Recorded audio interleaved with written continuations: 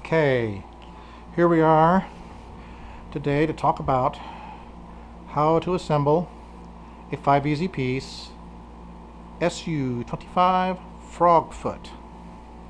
This is my number 2 FROGFOOT. The first one was the glider version that I tested the pattern registration on and everything, and then I built this one and put a motor in it, all the other gizmos, accoutrements to make it fly. So let's go over how that all goes together. As you can see, typically this is done just like I do all of them on the foam core for a pattern. You do the left hand side, make lefts and rights. I strongly suggest you do it that way as opposed to just trying to put the paper right on the foam and cut it out.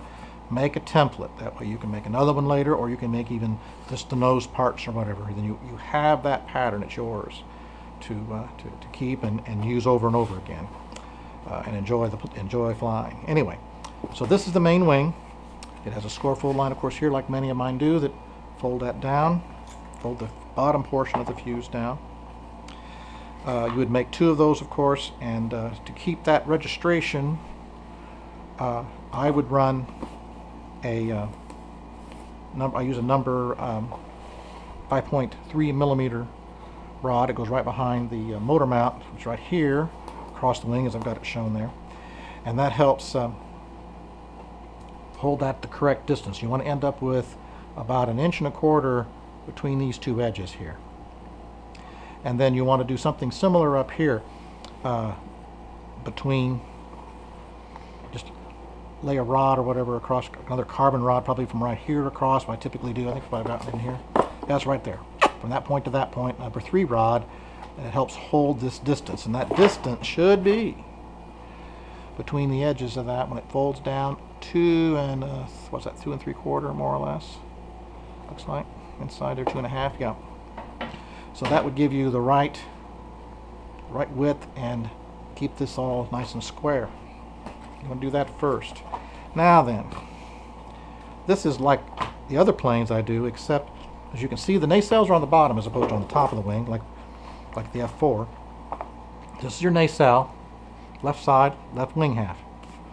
These tabs, I made them a little extra long because it makes it handy, I think, when you're putting things together, to stick a pin through or hold on to them. And this works like I show on the model here.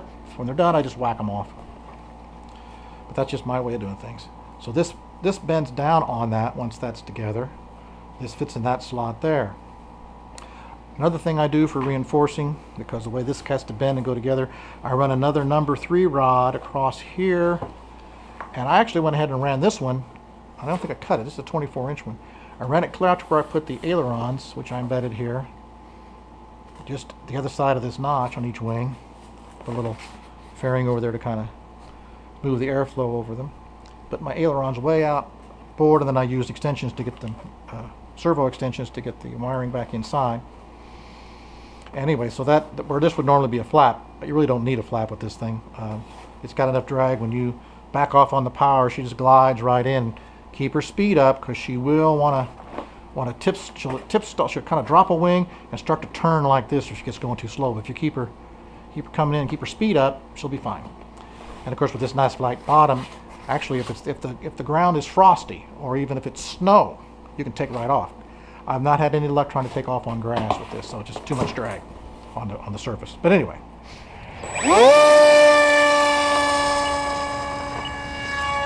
Heck yes. Back off to half once you're up.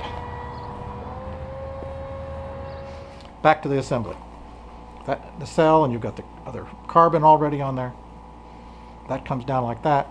This is a score fold line that you score from the back side as opposed from the top side, and that pulls this piece up, and that fastens down there, and that gives you this shape that you're looking at here. See, the bottom piece. Now in this case, like on the pattern, I gave you just a half. I went and made one that's a full one. You may want to do the same thing. But either way, if you just have the half piece, that's fine, because at least you're assured of having 2 halves that are exactly alike. They're just mirrors of each other. Whereas having a whole piece, you have to be careful that you don't get that registration off, because this is very critical. These angles here and that whole thing, and if you're making a whole one and you don't end up with let's see, in this case, this front edge out to out, which is where I would measure it, out to out, should be 7 inches here, as you can see, 7 inches. You want to make sure that if you do that, that's what you've done. Anyway, but these just notch. These tabs come, and that's a way to register the pan, the fuse pan, to that. So you do that. These are all notched in here, and this little tab here goes in this tab here on the fuse on each side. These would go together like this. This notches in here, and that gives you this whole. Whoop, that gives you this whole thing here. I'm not going to try to tape this together because I've already got one put together. Anyway, you'll want to do this anyway, as before you actually start cutting out and putting the foam together, so that you know that your pattern all registers correctly. Okay?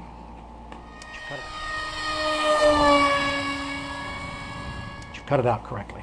This is the tail side of the fuse for the tail, and that tab sits in that notch.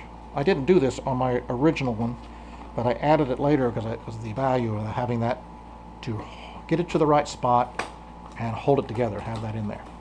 So that fits in there like that. The 2 tabs for this rear part go into those 2 tabs.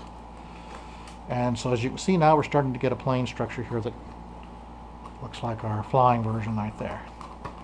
That all goes together. Now then, on the top, like I said, I'm not adding tape to this to hold it together. I'm just going to kind of stick it together and work with it. More. Here is your rear piece. Goes right here like that. And there's a tab here to register its location precisely, so you know what's going on with that. And then I let this run a little bit long, so you can trim it back as you'd like, because sometimes I angle that back and just to keep it back from the prop. So if that runs it along, don't worry about it. Just trim it to suit you. What's the other? That's pretty simple and straightforward. And I've got the same sort of a notch thing going on here, like I do on a lot of them. Each side notches, and this is where the tail then just would fit up in that notch, like that. And then I've got another little piece on the back that supports that boom, and that notches in there. Looks like that, and it butts up to the tail. Come in there like that. You'll want to trim that off once you get it in there, but that'll butt up to the tail.